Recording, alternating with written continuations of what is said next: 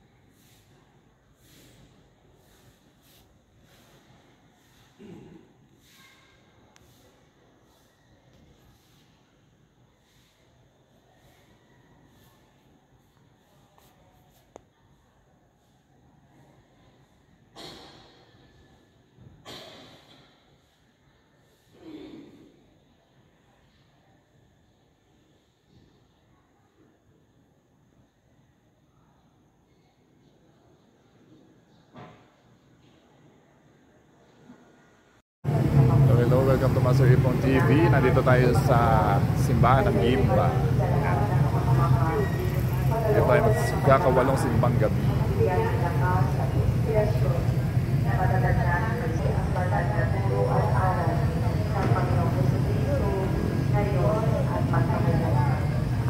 Ngayon po'y pag-isip natin ang lahat ng ating kanya.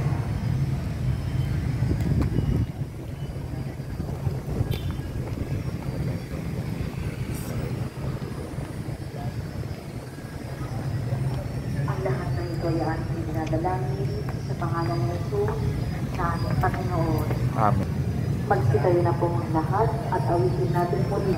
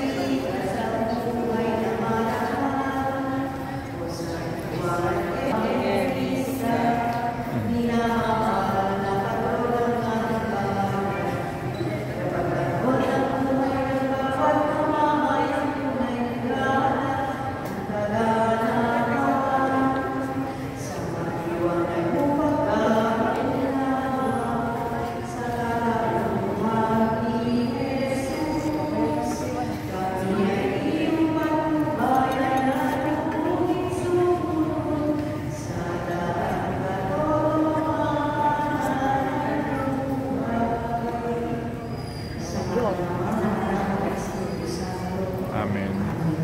Magsugod na lahat ay ang dapat sa atin at sa mga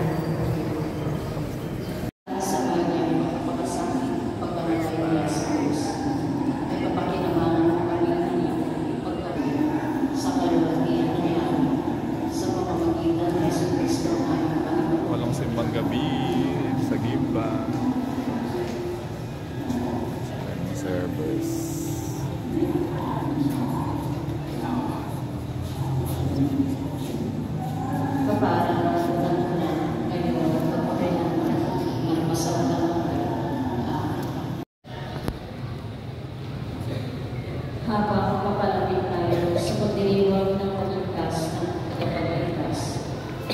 Makita nawa natin ang kagandahan loob ng Walang Diyos simbang sa gabi, atin. Master Ipong TV.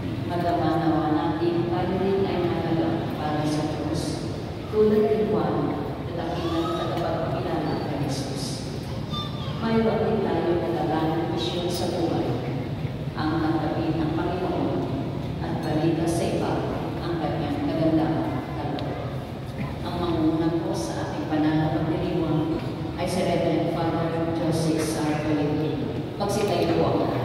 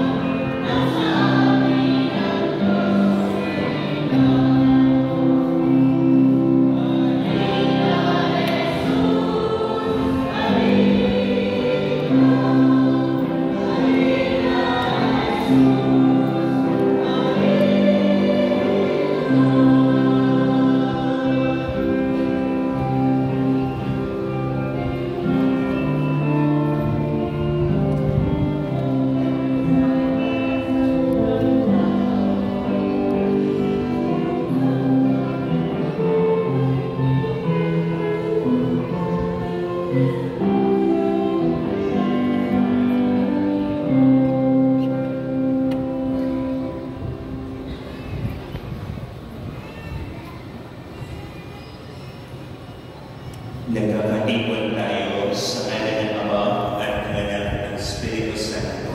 Amen.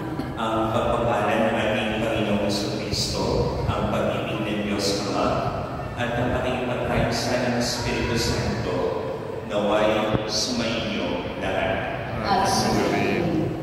Ngayon, ang ikawalong araw ng ating Misa Vicario at ang ikalimang araw naman ng ating pagdalubena para sa ating mahal na patron, San Juan Evangelista, sa kanyang nadalagit na kapistahan.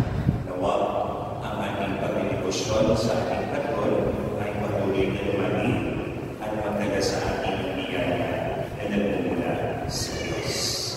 Sa misang ito, sama-sama tayong manalangin para sa intensyon ng lahat ng mga kapatid natin na nahihirapan sa buhay sa iba't ibang kadagdagan.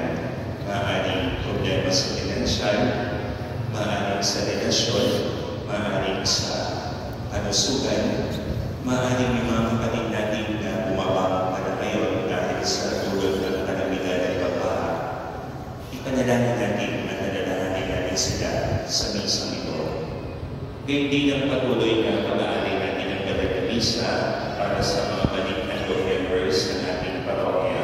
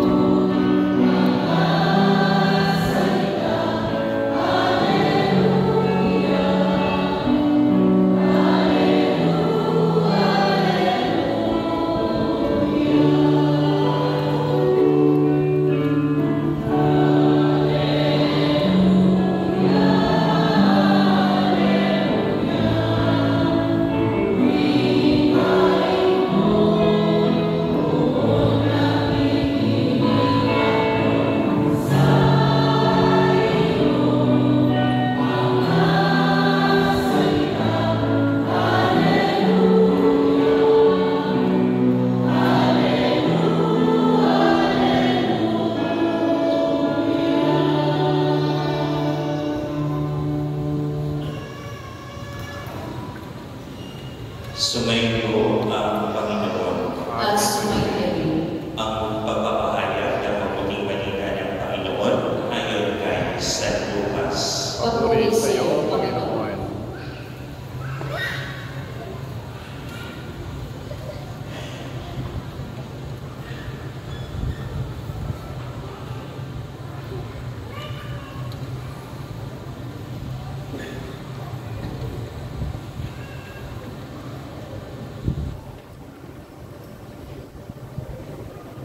Dumating ang oras ng panganak ni Elizabeth at nagluwad siya ng isang sanggol na lalaki. Nabalitaan ng kanyang mga kapitbahay at mga kamag-anak na siya'y pinagpala ng Panginoon at nakikinig sila sa kanya. Nang ikawalong araw, dumalo sila sa pagpupuli ng sanggol.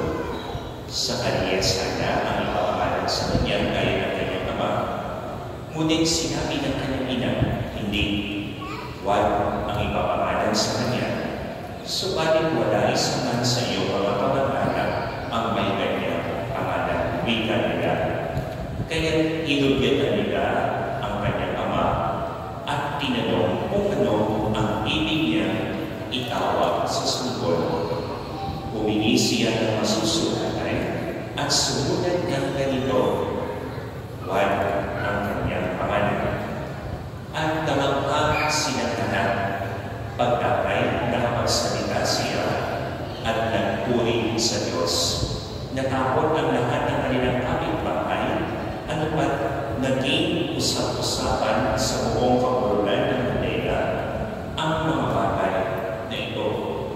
Pinakaisip-isip ito ng lahat ng nakahanap at ang kanilang tanong, magiging ano kaya ang batang ito? Sapagkat paliwanag na sumasa kanya ang Panginoon.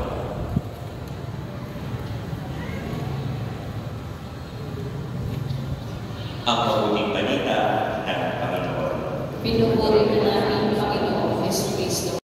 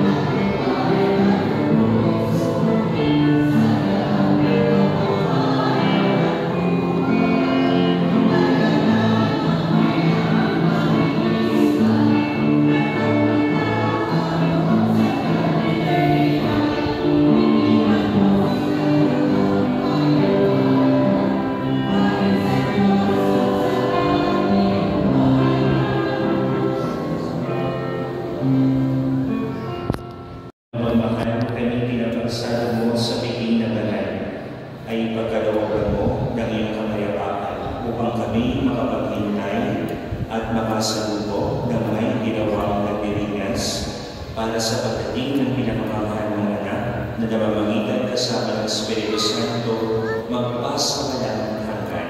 Amen. Magsiupo po ang lahat.